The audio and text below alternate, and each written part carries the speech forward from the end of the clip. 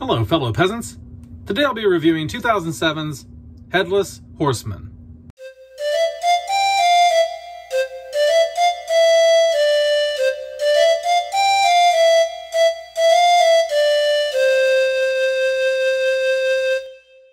Alright guys, so I just got done watching Headless Horseman. This came out in 2007. What's it about? Well, basically this group of friends, they're in a van, they're traveling, they're going to a party. It's like a long distance party in the city somewhere. And they try to take a detour, so they cut off onto this shitty gravel dirt road situation. And they end up in this town called Wormwood. And it's a cursed town. And the town is cursed because I guess there was a guy cutting kids' heads off.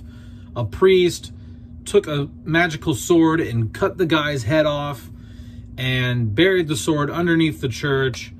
And now, I don't know if it's every Halloween. I think it's every Halloween. The Headless Horseman comes back and reclaims people.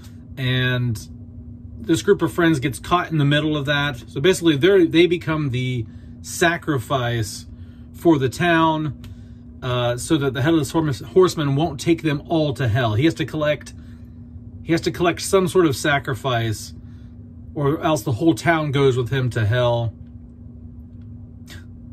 And it's basically a slasher film. It's a slasher film with a Headless Horseman. All right, so what do I like, what do I not like about Headless Horseman? What I like is that it's so bad that it's good. It rides that perfect line of dog shit and like you can't turn it off. Because there were many times where I was like, this kind of sucks, but I gotta figure out, I can't stop watching. I need to know what happens. I need to figure this out. I need to know if there's more explanation for this town. And just in general, like it keeps your interest. There are a couple spots where the pacing is not so good, but we'll get into that. But I do like the so bad it's good aspect. The cinematography here is decent for a low-budget film. It's not the worst. A lot of films look like they were straight up shot on a phone or something. Like this actually looks somewhat competently filmed. The practical effects here are good. When they start using like CGI and things like that, then it feels really cheap and dated. But some of the practical effects, like the heads coming off, objects going through people's bodies, things like that, those actually look pretty cool. I mean, they're not A-list movie quality practical effects, but they do the job. They look good, okay? I like the setting. I think like the small town, the small village atmosphere, the Halloween atmosphere is really good here. You totally get a feel of like autumn in the film. There's like leaves everywhere, pumpkins. Like there's a very good fall atmosphere in this film that I appreciate. There are some funny dialogue moments in here. Like, I don't really have a great example other than like there's a scene towards the end where they finally get the car to start and he's trying to run over the Headless Horseman because the Headless Horseman's like in the road blocking their way. And the guy driving the car is like, all right, I'm coming for you, motherfucker. And before he can like finish saying motherfucker, like the Headless Horseman does some sort of like flip over the top of the car and like rips his head off. And like I said, like it's cheesy. Like some of the dialogue in here is bad, but it's so bad that it's good. What do I not like about the film? The pacing. There are parts in the film where it's kind of like, why are you going back in there again? Like you were just in there. Like sometimes it feels like their stupid decisions lead them to go into circles throughout the film. And it's just kind of like, oh my God, just start making some good decisions. I know it's a horror film, but make some good decisions so that we don't have to go back into that library or back into that basement or back into like, let's, you know, it's very circular sometimes. It feels like you're not really getting anywhere at some points.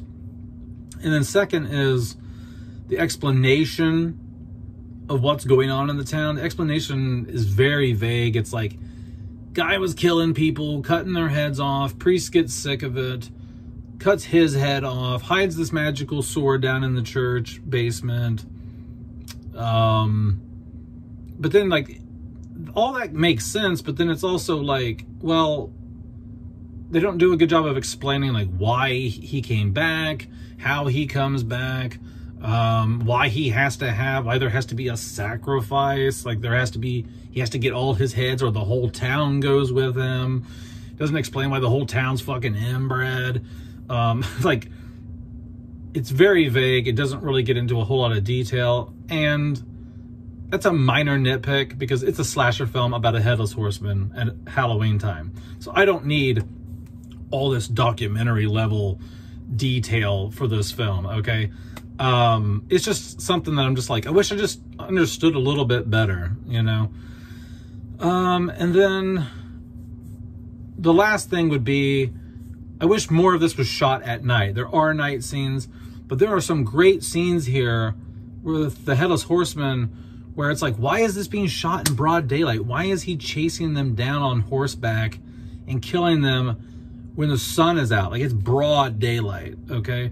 And there's no, and it is also confusing, like, there's day scenes, there's night scenes, and there's day scenes again. It's like, how many days have gone by? Like, is this all happening? The timeline is confusing too. So, like, not only did they waste great potential, spooky potential for night scenes with him killing them, you know, they ruin that atmosphere with it, shooting it during the day. It's also confusing, like, the timeline of how much time has elapsed since you guys showed up to this town.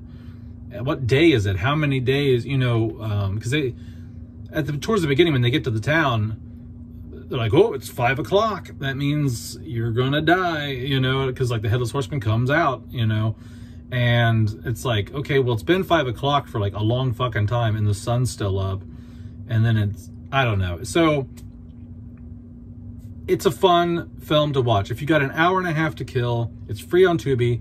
Go watch it. It's called Headless Horseman. It came out in 2007. It's not going to win any Oscars by any means, but it is fun. It's fun to check out, and it's just something low budget to watch this time of year, and I would recommend watching it if you like so good that it's bad type of films. All right, peasants, have a good one. Peace out. Bye-bye.